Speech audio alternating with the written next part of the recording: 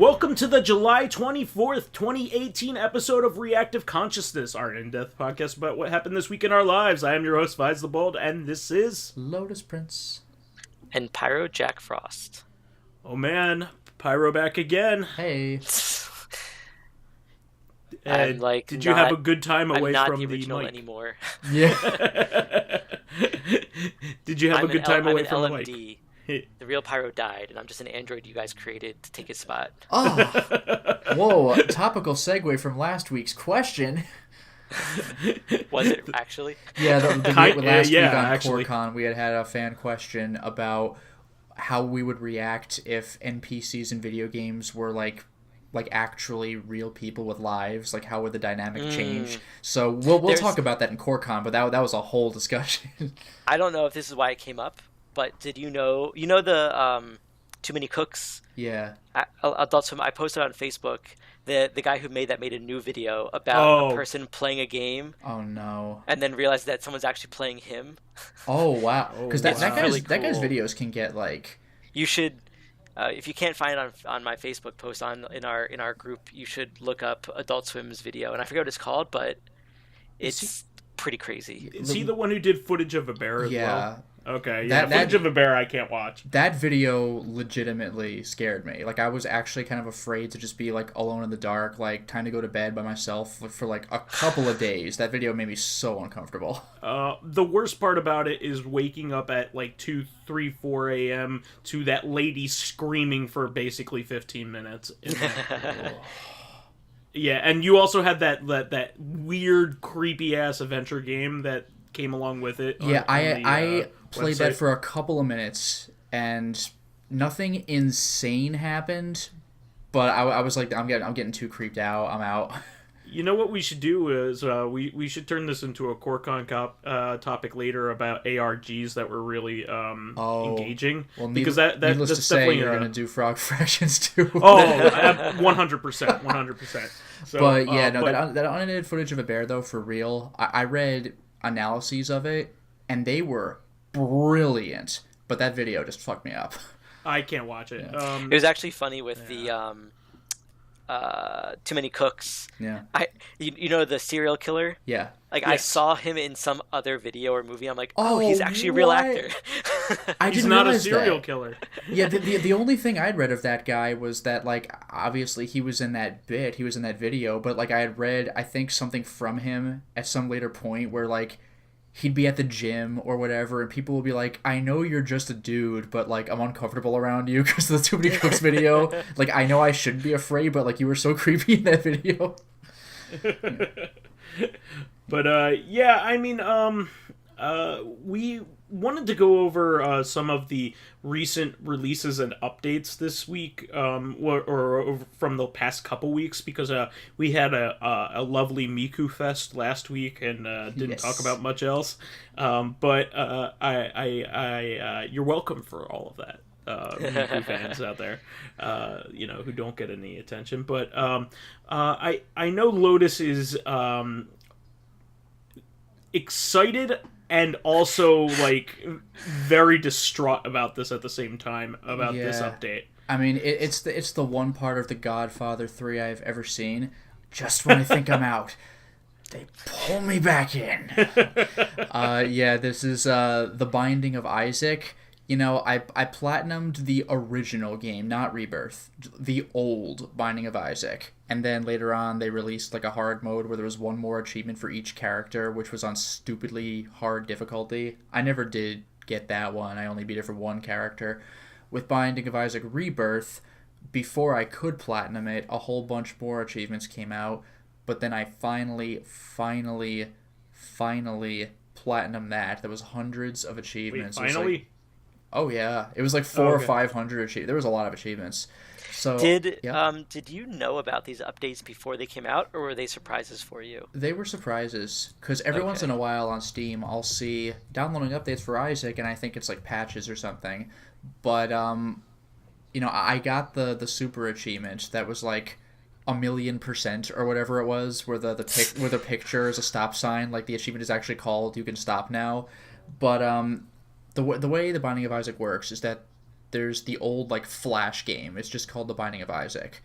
But the one that people know today, there was The Binding of Isaac Rebirth, but then the DLC came out. So it was The Binding of Isaac, The Wrath of the Lamb. But then more came out, and it was called Afterbirth, which is a clever and disgusting title. And then further DLC, which actually was not too terribly popular among people because it felt almost spiteful. It was like, do the same things again but harder for the greed mode. That was frustrating. But I fucking did it. So that's The Binding of Isaac Afterbirth Plus. And I think that was actually supposed to be the end, but now there's what they call booster packs. So it's like, here's a sprinkling of more DLC. So there apparently have been 4 or 5 booster packs. And so I check my Binding of Isaac like file, and all of a sudden I do not have 100%. There are 47 more achievements, and I'm like, what the fuck? 47? Wow. Yeah, so I'm like, you know what? I'm done. What else is there? Oh, I'll tell you. So I'm like, I'm done. I'm fucking done. I don't even care anymore. I got the super achievement. I'm fucking done. But like, I was kind of drawn back in, so I started playing it again. So I actually got like 20 of the achievements already, or like it was either 20 or 27. I forgot, because I either have 20 or 27 left. I think I actually have 20 left. I've really been moving along, but some of the achievements are just not hard, you're gonna die, but hard like good luck ever making this scenario happen achievements. Like in Isaac, there are pills you can find. And the pills work like the presents in Toe Jam and Earl, where once you get one and use it, whatever effect happens, You know what it happens. is. And then, when you Yeah. pick it up again, you'll know what it is. But when you restart, like when you do a new game, the pills' identities have been reset, so it's a mystery every time. There's an Yeah, that's a very rogue... Oh, yeah. very rogue thing to do. Like Sheeran the Wanderer had that. Like Fatal Labyrinth was a rogue game that I used to play when I was a kid. Before what I knew was a roguelike. Yeah.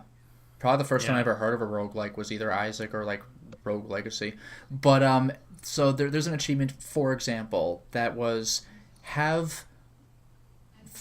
eat 5 of this particular pill in a single run. Good fucking luck even coming up with that. You'd basically need to like have the pill generator item and then just get lucky. Like there are some runs where you just need the right combination of items to win them, and that's one of them. I got an achievement, for example, that was enter the shop on the first 6 levels. So I hope you have enough keys. Not excruciatingly difficult to do. And if you dedicate a run to just that, and you don't go for the item power-up room, and you don't really plan on actually winning the run, then yeah, you could do that. And what's cool about the achievements is that they provide you with actual rewards. Like the achievement for getting the 6 shops in a row is the school bag. So if you ever find the school bag in the wilds on a subsequent playthrough, then it allows you to have... to hold 2 active items at once. For example, there's an item that produces a card when you use it, when it's fully charged. You use it, a card falls down, and then you have to recharge the item by beating a bunch of rooms until it recharges. Well, now you can hold 2 different items that are active use, which is actually pretty insane, because sometimes it can be hard to choose between one or the other. So that's a nice power-up to have. But so there are a bunch of achievements like that where it's just do things X number of times, or get lucky in a run, or do something X number of times over any amount of runs. Like pick up this particular power-up 10 times just ever, in total, so you'll eventually, as you play the game, it'll just kind of happen. In fact, when I launched the game, I'd already retroactively gotten some of these achievements. So I unlocked like 6 or 7 achievements right when I loaded the game. So that felt kind of nice. I'd already done those things. I don't have to do it again, which is great. It stored that data. So the moment I loaded the game, I'm down that number of achievements. But the biggest deal, I think, was there's a new character you can play as called The Forgotten. And unlocking... So how many characters are there total now? I actually don't know. Like, if There's that many. Yeah, like, if I think about it, I could probably name them for you. But... it's a lot. There's more than 10. There's a lot. There's the old school ones. There's Isaac, Mary, Cain, Judas, Blue Baby, The Lost, Samson, Lilith, that was her name. That's 8 right there. There's this new one, the Forgotten. There are more. I'm sure of it. There like Azazel. That's 10 right there. And I think there's more where that came from anyway. Oh, the Keeper, the guy with the coin health. Fuck that guy. I'm glad I'm done with him. That's 11. There might be more, but there's a lot. So the Forgotten is a really clever character. I actually like him a lot, but unlocking him was insanely hard because it's a multi-step process that you're never going to figure out without looking it up. So the first thing you need to do is beat the first floor in a run in less than a minute, which is actually not too hard, especially if you're playing with a power character like who's powerful early game.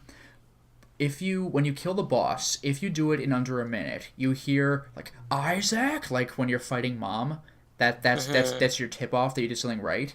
So once you've done that, go back to the first room in the floor, and it's easy to know which one that is because when you start a new game, the first room has the controls just on the floor, like press E to drop a bomb, that kind of stuff.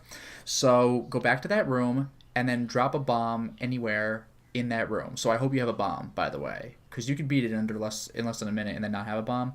So have a bomb, drop it in the room, and when you do, an item will just drop to the ground, and it's called the Broken Shovel. And it's an active use item, and you need to bring it with you to almost endgame. So if you find any other cool active use items, too bad. Now the Broken Shovel sucks because what happens is when you pick it up, as you play the game, have you ever played up to the point where you fight Mom? Either of you guys? Yes. I've seen it. You've seen it. So you know how when you fight Mom, every once in a while you hear like, huh, and you see like a shadow build up over you and then like a foot stomps? Yes. Yep. That will now happen constantly as you play. There will be 2 feet at any given time, just no matter where you are, just coming down on you. So you must constantly move, and you can't even anywhere in the dungeon. Anywhere, and you can't even double back because if you like move forward and suddenly move back, you might have forgotten about a foot that was coming down. So you kind of got to move in arcs or in wide circles constantly to guarantee that you won't get hit by those things. Of course, then there's just regularly playing the game, so you got to watch out for everything plus constant Mom's feet. It's the worst. And what the Broken Shovel actually does is if it's fully charged and you use it, then Mom's feet will stop for that room. So I usually save the Broken Shovel for a boss fight because I don't need that shit while I'm fighting a boss. Although I will admit though, Mom's feet can kill enemies, but it's really hard to make that work because they don't come down in regular intervals. So it's really difficult to make that happen. But you can. Now, if you have an item that makes you immune, or the one pyro item that makes you actually heal from explosions, then the Broken Shovel is actually the best thing that can happen to you, because Mom's foot damage counts as an explosion. So if you have that item and she stomps you, then like you'll actually regain health, which is amazing. But that item's super rare, so don't expect it. I actually got it one time and died with it. I was so mad. But here's the deal. You have to take this Broken Shovel with you. Again, actually literally to the last regular level in the game. So you have to beat the basement and basement 2. You have to beat the caves and caves 2. You have to beat the depths and depths 2. Now here's the thing. In the depths 2, you fight Mom. So when you fight Mom, the Broken Shovel's effect will not take place because you're already fighting Mom. So you don't have more of that shit coming down on you, so that's kind of nice. But you have to beat Mom. Now, normally what happens is in a regular run, if you beat the depths 2, if you beat Mom in under, I think it's 20 minutes, then you can just move down to the next floor like normal, and then you also have the option, if you're quick enough, to enter a side room which takes you into a boss rush, where you have 4 items lying around. You can take one of them, and when you take it, 2 bosses spawn, and when you kill both of them, 2 more spawn, and then 2 more, and 2 more, and it's a shit ton of bosses. I actually don't know how many it is, but it's a lot. So you have to fight all those bosses, and your reward for beating them is one more boss item. It's kind of nice. But if you're doing the Broken Shovel quest, then when you beat Mom, no matter how long you took, it doesn't matter, the boss rush room opens, but the exit to the lower floor actually closes. You must do the boss rush. While Mom's feet are fucking stomping everywhere. Again, this can be useful when fighting bosses, but it's so bad.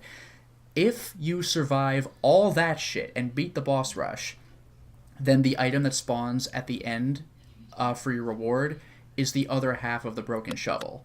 When you pick it up, you get a complete shovel that has the effect of the normal shovel item, which just opens an exit for you. You could just drop to the next floor at any given time, and Mom's feet stop coming down on you. But that's not the end of your job. So when you beat Boss Rush, you then go down to the next levels, like the womb, and you have to beat those 2 floors. And again, you cannot get rid of your perfect shovel, even though it's there's no longer a threat. You need this shovel, so you have to beat the next 2 floors, which you are allowed to exit through with that item if you want, which is kind of nice. But then you have to go through the hell level, Sheol, and beat Satan, and then you get to the last normal level of the game, which is called the Dark Room, if you're taking the negative path, which you are, by the way. You are obligated to this time. And in the Dark Room, you don't have to beat it, but every room in the Dark Room is super hard and usually has bosses to fight. There's one room in the Dark Room, somewhere, that has a patch of dirt on it. Use the shovel on that patch of dirt, and fucking finally, you dig up a skeleton, which is the next character you can play as. It is a nightmare to do all that stuff. It was Is this so character hard. even worth playing as? Well, each character has their own set of achievements, so there's that. But also, yes, actually, this character is one of the most creative characters in the game, to be honest. What's it called? The Forgotten. He has a very clever system. He has 2 sets of health because he's kind of 2 characters. So the main character he just looks like a skeleton. And he is the only character in the game who has a melee attack. He swings a bone and does like 2 or 3 times what projectile normal damage would be, because you have to get up in an enemy's face to use it. And if you hold the button down, you throw the bone at a very short distance and it comes back like a boomerang. Now, he has different system of hearts. Normally you have red hearts. Or if you ever pick up blue hearts, then that'll boost your health, but if you lose them, they're gone forever. This guy's only form of hearts is called bone hearts. So you have like a bone shell around a regular heart. I don't think bones can be hearts. Oh, well, they're not. So you have a bone shell around a regular heart. So you can still take a full regular heart's worth of damage, which is 2 hits, and then the bone could take a hit. But so each heart, instead of being worth 1 heart, is worth 1.5 hearts. So he has a greater maximum health than anybody else. But if the bone is broken, then he loses that heart permanently unless you get the container's gone, huh? Yeah, unless you get a health upgrade. So he can be a little difficult to deal with. And he has a maximum of 6 bone hearts, because normally each character is a maximum of 12 hearts. This guy's got a maximum of 6 bone hearts. But this is 2 characters in one. If you press the button that normally swaps a secondary item you're using, you swap characters.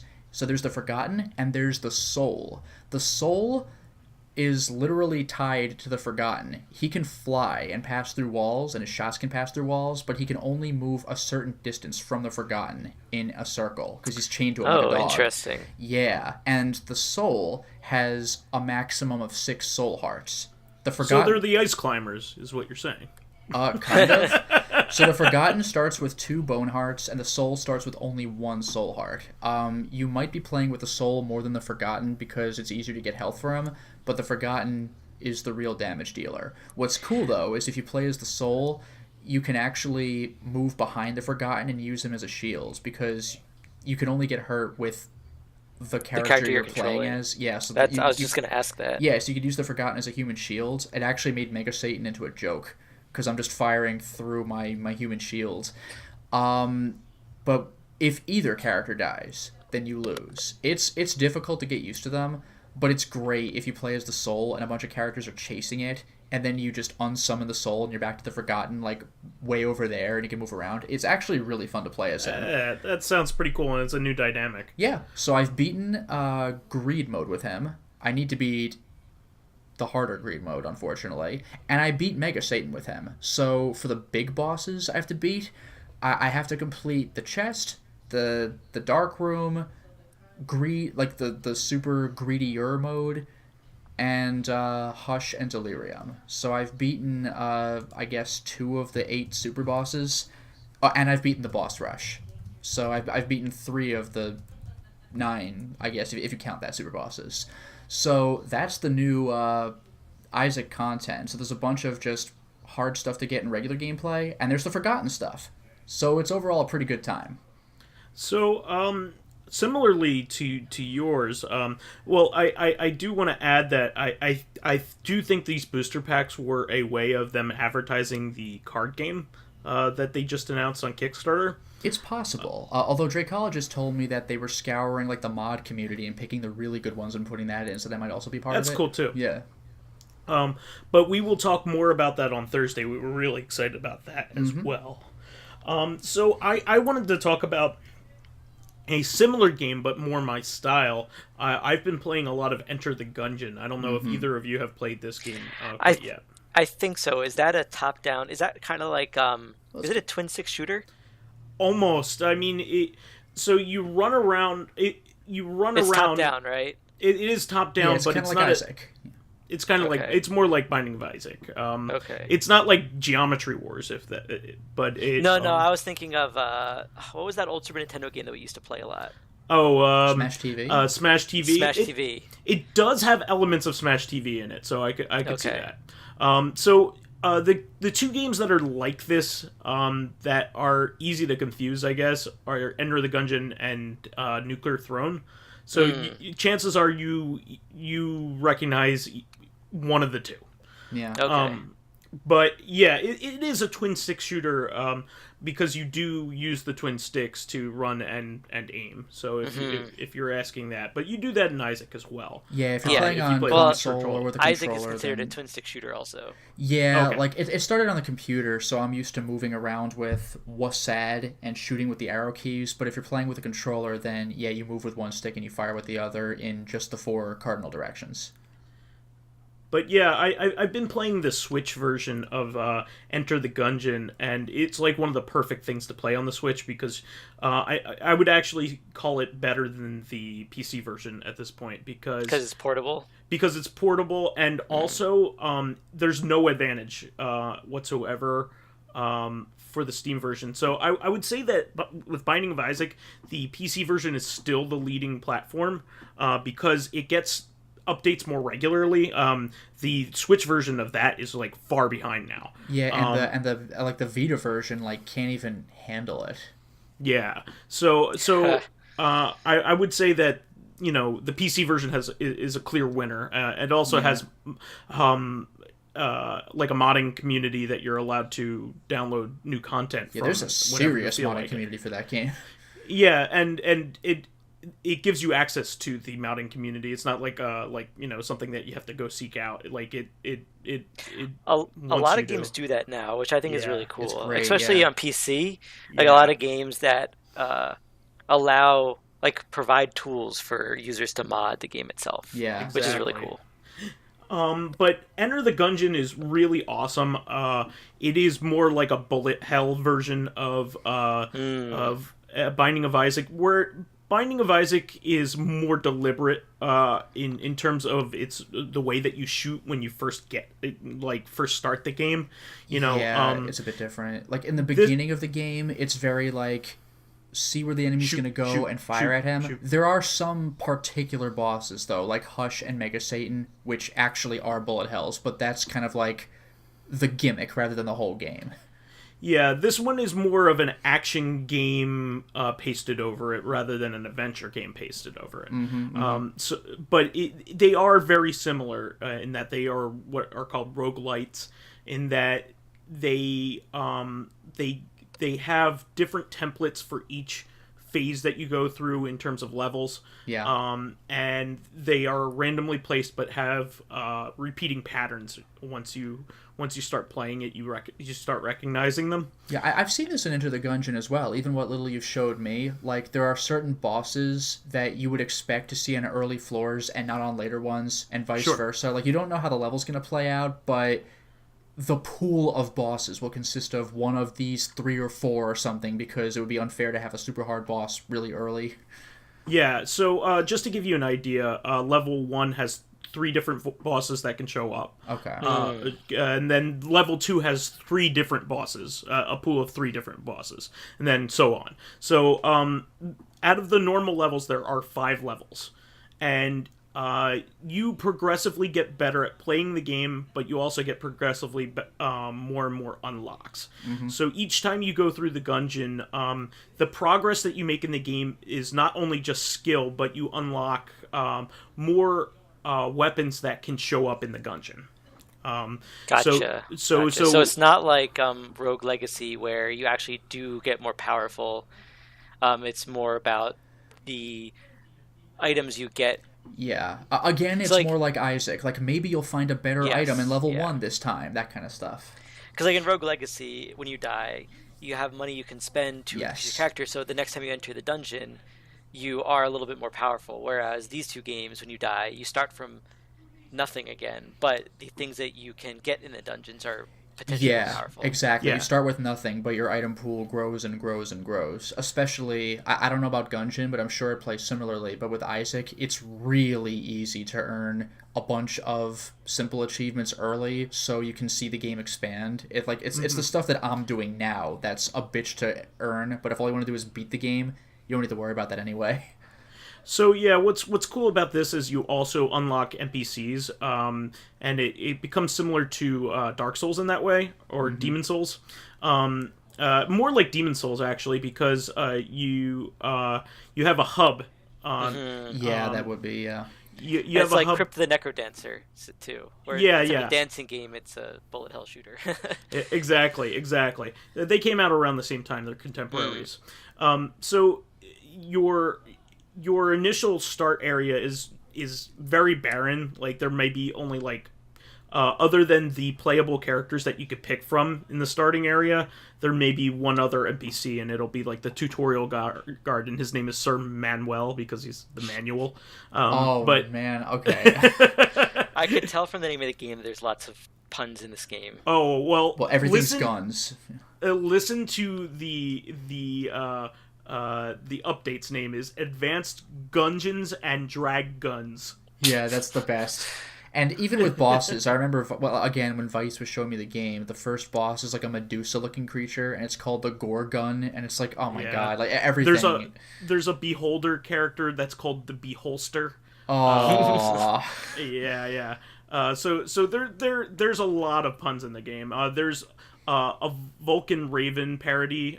He's a muscly like Vulcan, like a muscly Raven that carries around a Vulcan cannon, like Vulcan Raven did in Metal Gear Solid 1. Oh, and this isn't so much a pun, but I saw someone playing the game where one of the characters you can play as just is a bullet, so you kind of like fire yourself to attack, which is like the stupidest, greatest thing. Well, you can shoot, but his dodge roll actually causes damage. That's what That's amazing. Yeah, his dodge roll. Because a bullet suddenly thrusts forward. So this game has one of the advanced skills is dodge rolling, much like Demon Souls or Dark Souls. And that is how you get out of the line of a lot of the bullet waves that are coming at you, bullet curtains, if you will. I've been playing this, and I've been getting... I thought this was going to be very frustrating, but it's actually, like... it's so fun unlocking new NPCs and gathering more people in your little hub area. It's a lot of fun. And also, like, looking up the obscure things to do in the game that can actually really, really freaking help you. So one of the things I wanted to mention was that... there are treasure chests in the game, and they have rank. For instance, bluish, grayish ones and brown ones are low level. They can have something pretty decent in them, but chances are they don't. They have a crappy gun. So there's a high percentage chance that you're just going to get a gun that you will not want to use against a boss or anything. You'll want to just use your regular gun. And you will get used to using your regular gun because it has infinite ammo, whereas no other guns do. Mm-hmm. And it's best to get best with your regular gun. But one of the things that you can do is, instead of opening a treasure chest, which costs a key, you may want to use a key for something else later.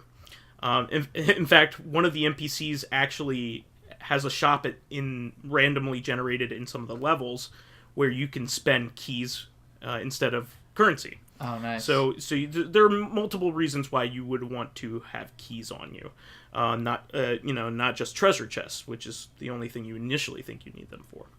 Well, instead of opening it, what you could do is you can shoot the treasure chest, which can be a detection method if it's a mimic. It could be a mimic. Oh, you got mimics in that game? They have mimics. Yeah, no, and the mimics suck. Mimics always suck. Just like Dark Souls. Yeah, but in this game, usually treasure rooms are very small, so fighting them in the little in the treasure room is very difficult. You can actually take it into another room, which I'm definitely recommending. Like, take the fight into another room, it'll follow you. Yeah, but mimics are always terrible, though. They usually have like disproportionately large amounts of health, or are just devastating with their attacks. Probably the most forgiving mimics I've ever seen were in Rogue Legacy. Every other mimic, like even Mario RPG's mimics, are just like boss fights. Yeah, no, it's a full-on mini-boss fight in Enter the Gungeon. But anyway, if you can shoot a chest until it gets destroyed. There are a couple different outcomes. It can just explode, so you want to be a fair distance away from it so you don't get hurt. It could give you a random health item, like either a half heart, which is a bullet shell casing, by the way. Yeah, I love that. It's shaped like a bullet shell casing. Or it could give you a full heart or a shield. Or, much more likely, it will turn into a piece of junk. Now, initially you think, okay, what the hell am I going to do with this? There are a couple things you can do with junk. Initially, you find that you could sell it to certain NPCs in certain rooms, which is cool because you can get a little extra money that way. Well, it turns out that there is another random chance that junk will also be sentient junk. Wow! I was waiting for a totally different thing. Lives, and he will become a familiar. He will actually be your friend. He will hop along with you and do damage to enemies. Now, what's even cooler is if you keep collecting junk, he levels up. Oh, nice. So, I actually leveled him up until he became an angel. That's something like 12 pieces of junk, something like that. 8 pieces of junk. And he keeps having more and more abilities. He even has a chance of reviving you and taking a bullet for you. You know what that actually sounds like is it's really neat. There's a power up in Isaac called Bumbo. It's just this goofy looking guy that crawls around by you, or no, I think he floats by you. He's just a little floating head, and if there are coins on the screen, he'll just hover over to them and just grab them. And normally it's well, you want coins because you spend them.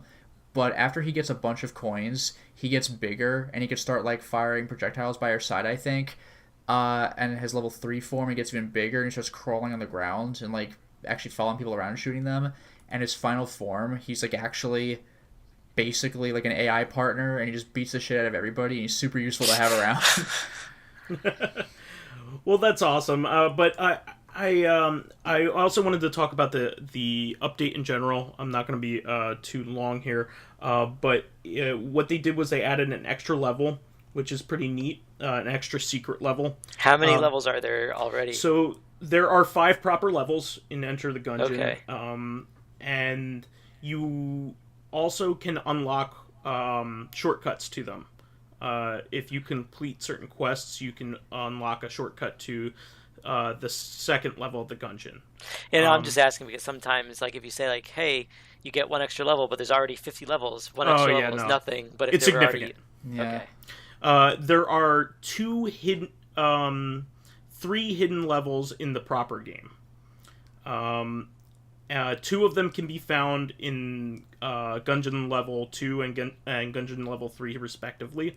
But if you basically complete the game, which is kill the past with all of the characters, all of the major characters, I should say, the starting characters, you can unlock what's called Bullet Hell, which is level 6. So they added a new secret level that can be opened up in, I think, stage 4. Stage 4, what's cool about it is they had hints of this character leading up that was attached to this level. So if you had ever left an item behind, like you said, somebody dropped it and you didn't want it, and you just left it there. If you leave the room and then come back later, there will be a note there that says it got I stole your item, chump. RR. and you're like, what the hell? Who the hell is this? So every once in a while, if you come back to the room quickly, you can see the character in the act try to steal it, and you can try to scare him away by shooting him. He still might be able to get away with the item that he's trying to steal. And so it turns out that RR stands for Resourceful Rat. So he's kind of like the Rat Man in Portal. Okay. Which I wholeheartedly believe is a direct reference. Yes. Because why wouldn't he be? Everything else is a direct reference. So you can go into a level and actually fight him as a boss. That's is great. Really neat. This time around. So there is a ton more items. There's something like 30 more guns and items. Nice. And there's also some quality of life improvements, which I thought were really neat. One of the things that they added was two of them are really good quality of life improvements, and I'll talk about them. There are tables in the game. Where you can flip the table. You can press A or X, whatever. Press A to flip a table. Well, yeah, but this is like a Wild West saloon fight. You knock over the table and hide behind it. Yeah, you can hide behind it. It's a destructible barrier, but it's a good thing to put up if you got surprised or overwhelmed. Yeah. There are also other things you can do with tables. You can get an ability to turn the tables into rockets. Which is pretty fun. This isn't.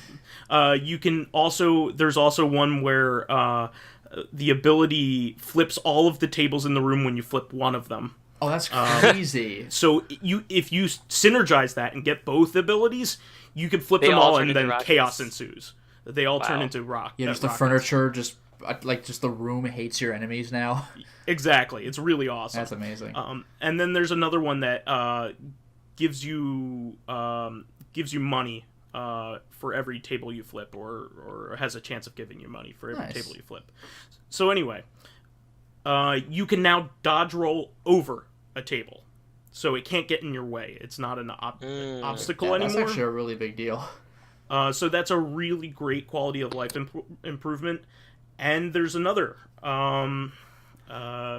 Wait, this ability to roll over a table, is that just you can do that now, or is that an ability you can find? No, that's an actual ability you always have now. Oh, that's crazy. That changes the game. Because all of a sudden you can move through walls effectively, like kind of.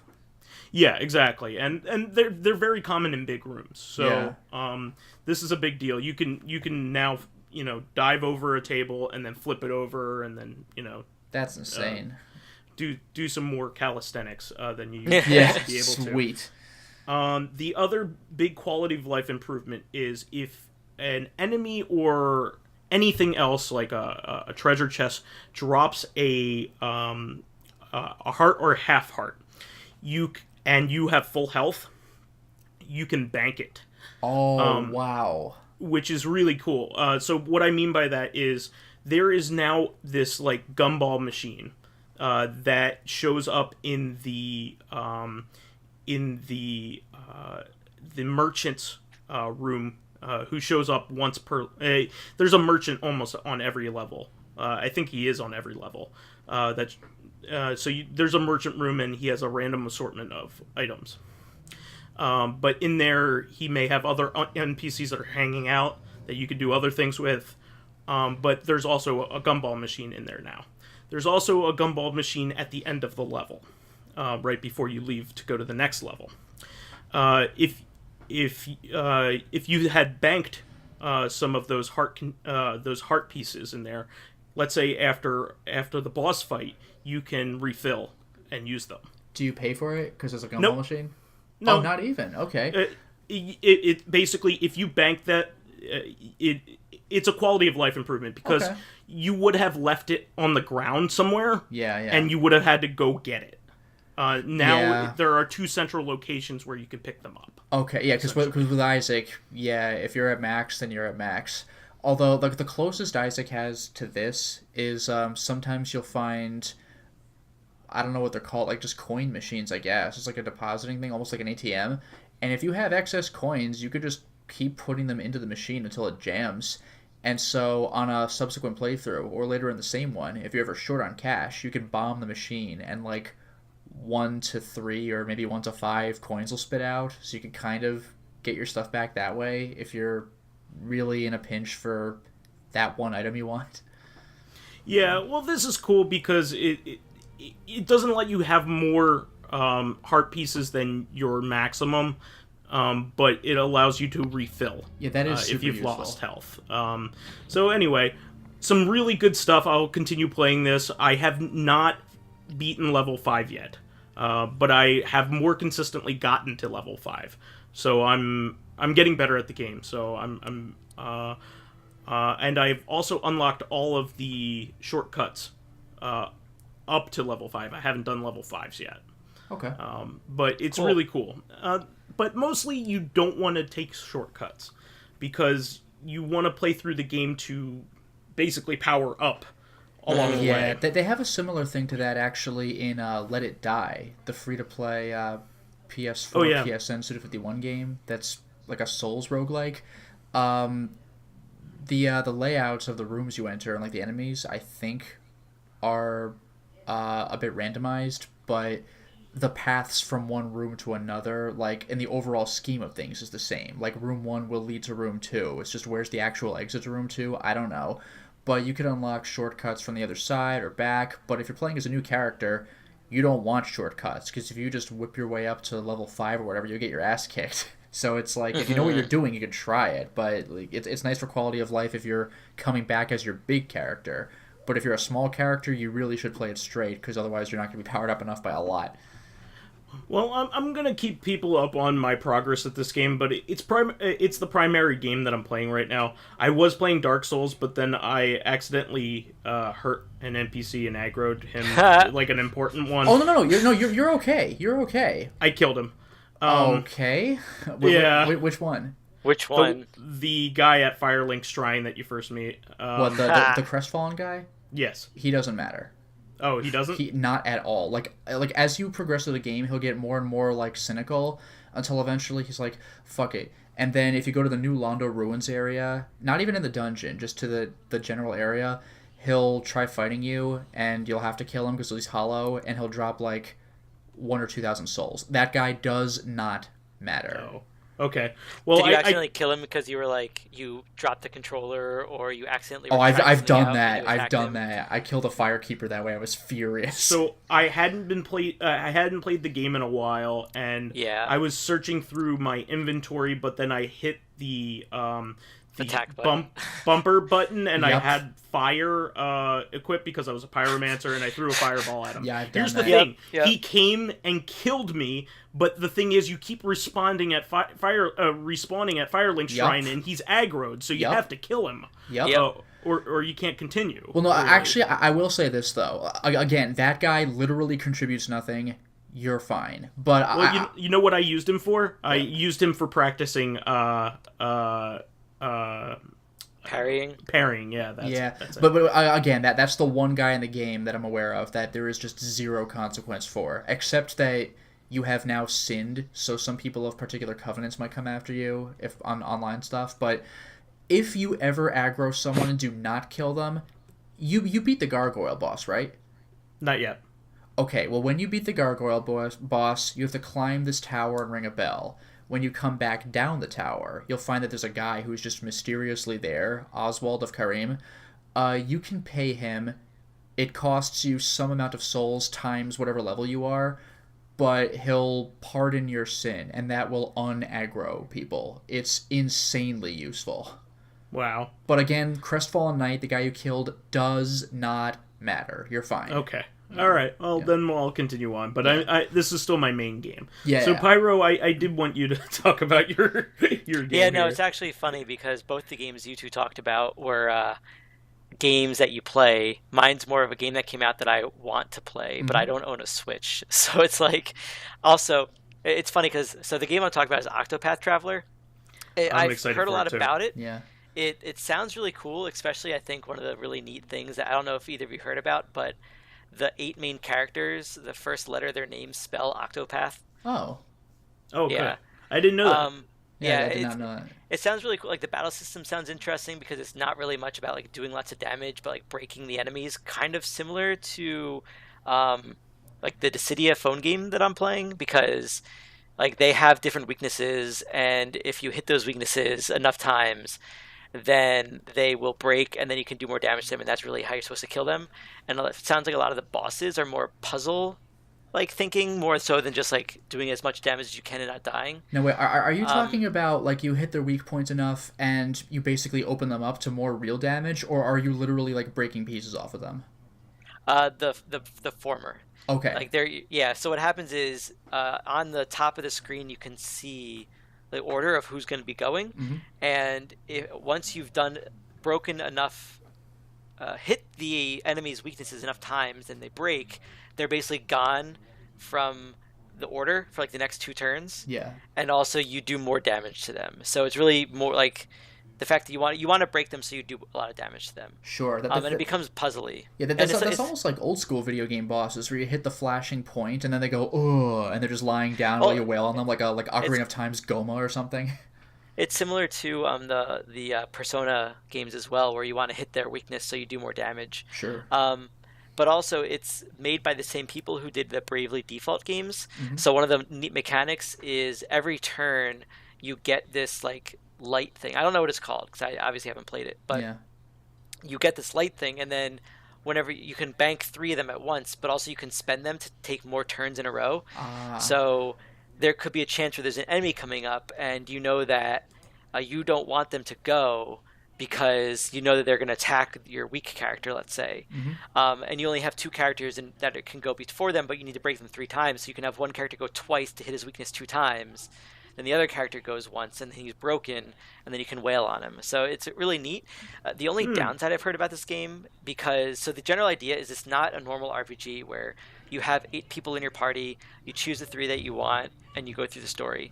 So at the beginning of the game, you choose one of the 8 characters, and then they have a quest they're trying to go on, which will bring you like across the map, and that's where you might find your second character, who you can choose who your party of 4 is, but once you choose a party of 4, you're stuck with them for the whole game.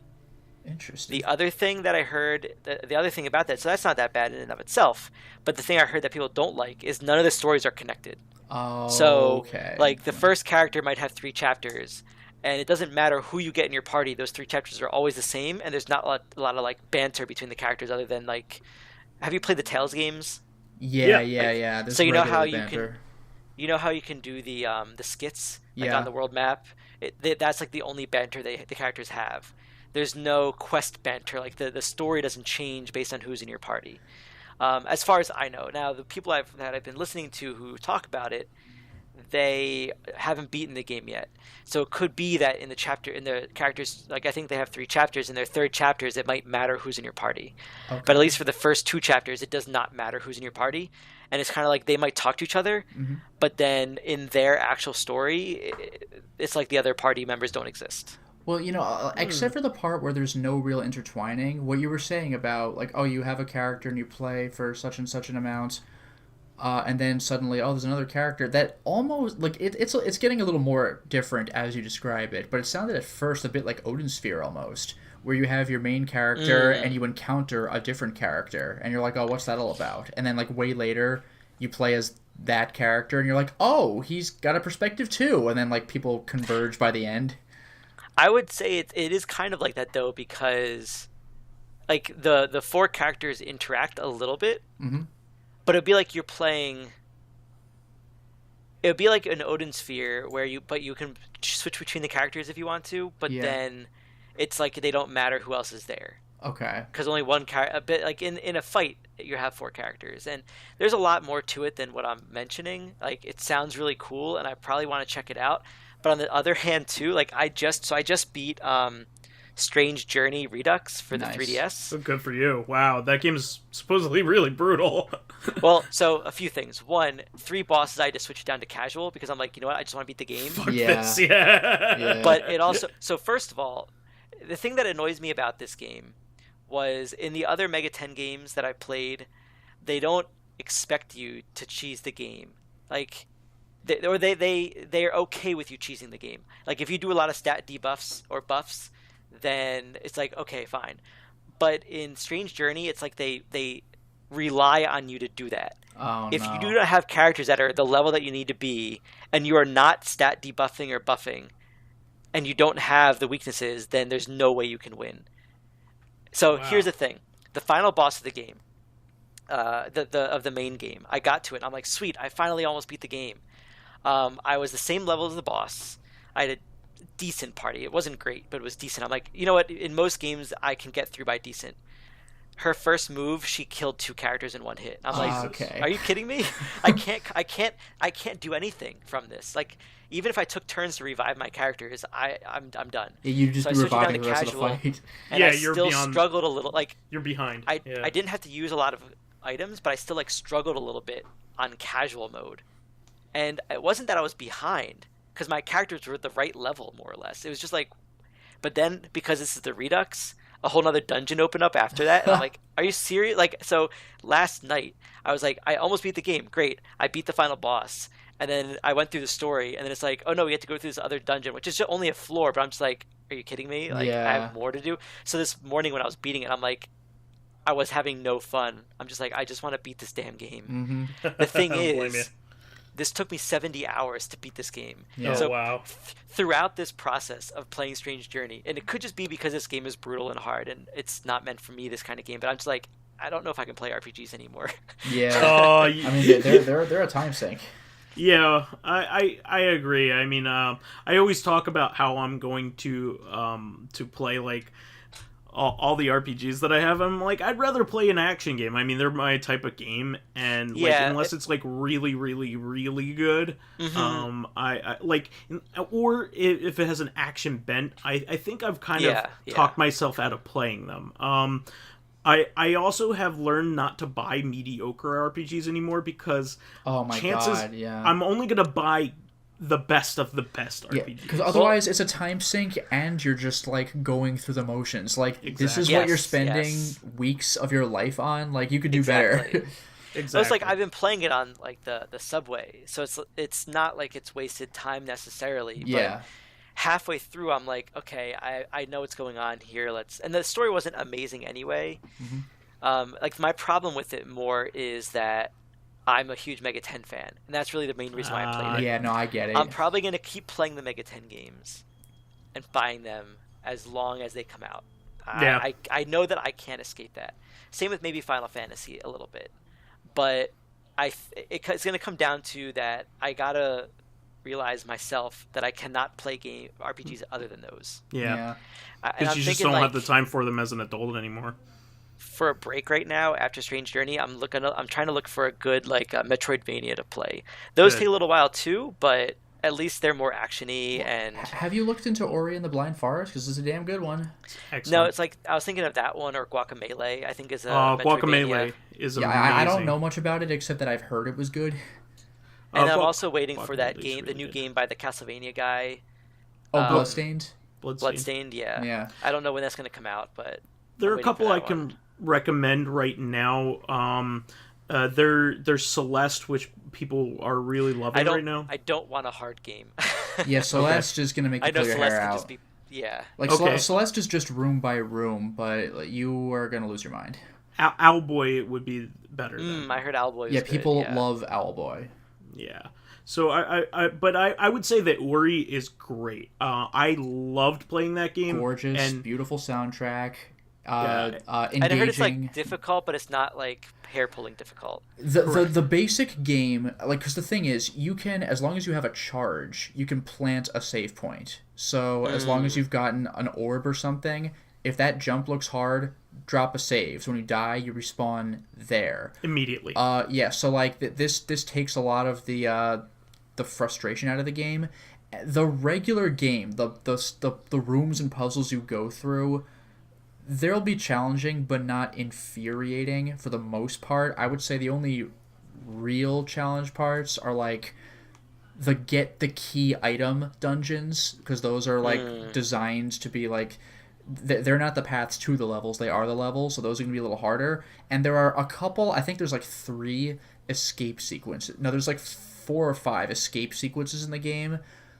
Those can be difficult. They're not overly long, but you're going to die a bunch of times, but you eventually learn how they work, and you can roll with it. And I hear that if you set the mode to easy, then there are actually checkpoints within the escape sequences. That's another thing is I've also I know that I'm kind of just going back on what I just said, but I was thinking of looking into Persona Q again, which was because first of all, the reason why I stopped Persona Q was the same reason why I almost stopped Strange Journey, which is the same reason why I really don't like the Etrian Odyssey games, is they're very grind heavy.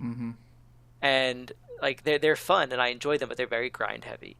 But one thing that I'm thinking about in terms of like the time that I have to play games and the kind of games that I want is I have to be more willing to play on casual / easy mode. If I like with RPGs especially, like if it's a game that I really am mainly playing for the story, just put it on casual, beat the game, and then if I care, I can play it again on normal mode.